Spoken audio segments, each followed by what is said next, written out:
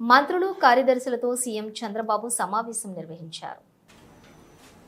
ఈ ప్రయత్నాలు చేసినప్పుడు కోహెసివ్గా కలెక్టివ్గా బ్రెయిన్ స్టార్మింగ్ కూడా జరిగి అన్ని డిపార్ట్మెంట్లో ఇంటిగ్రేషన్ కానీ ఎఫెక్టివ్ కోఆర్డినేషన్ కానీ దాన్ని ఎగ్జిక్యూషన్ చేయాల్సిన బాధ్యత మన మీద అందరి మీద ఉంది.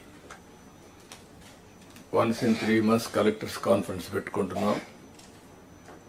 అదే సమయంలో various times once in 20 days or 15 days cabinet meetings పెట్టుకుంటున్నాం. అజెండా ఇవన్నీ చేస్తున్నాం, డిపార్ట్మెంట్స్ అన్ని రివ్యూ చేస్తున్నాం.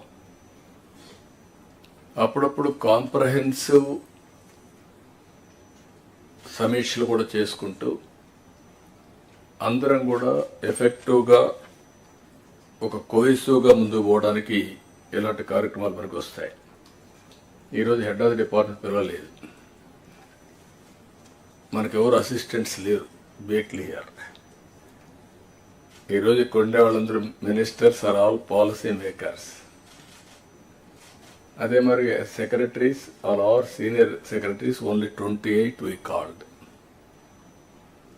Head of the departments వస్తే all secretaries are depending on head of the departments. You are not applying your minds, we are borrowing other minds. So I wanted to avoid that. అందుకే అందరూ కూడా ఆలోచించితే అక్కడి నుంచి leadership provide చేయడంలో మెరుగైన leadership ఇవ్వగలుగుతాం. ఎప్పుడైనా సరే మనం వేరే వాళ్ళపైన ఆధారపడినప్పుడు మన ఆలోచనలు తగ్గుతాయి, వీళ్ళంతా రొటీన్ అడ్మినిస్ట్రేషన్లో పడే పరిస్థితి వస్తుంది. అందుకే ఈ brain storming session, I can say it is a brain storming session and reorienting hour cells. ఏం చేయబోతాం క్లారిటీ రావడానికి సమావేశం పెట్టుకున్నాం. 8 నెలలుగా ఎగ్జాక్ట్గా నేను ఎవ్రీ అవర్ క్యాలిక్యులేట్ చేసుకుంటున్నాను. బై టుమారో 12వ తారీఖు నేను ప్రమాణ స్వీకారం చేసి 8 months అవుతుంది. కొత్త గవర్నమెంట్ వచ్చి 8 months అవుతుంది. ఇచ్చిన తీర్పు కూడా మీరు చూస్తే ఒక హిస్టారికల్ మ్యాండేట్ ఇచ్చారు. ఇటీవల కాలంలో ఎప్పుడు కూడా ఇలాంటి మ్యాండేట్ రాలేదు. 93% strike rate.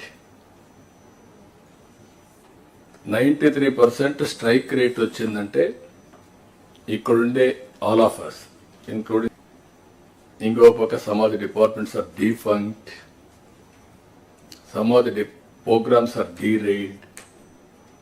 Government of India నుంచి మనం గుర్తుపెట్టుకోవాల్సింది ఎప్పుడు కూడా సెంటర్ స్టేట్ రెండు కూడా 3 గవర్నమెంట్లు ఉంటాయి. Local self government, state government, central government.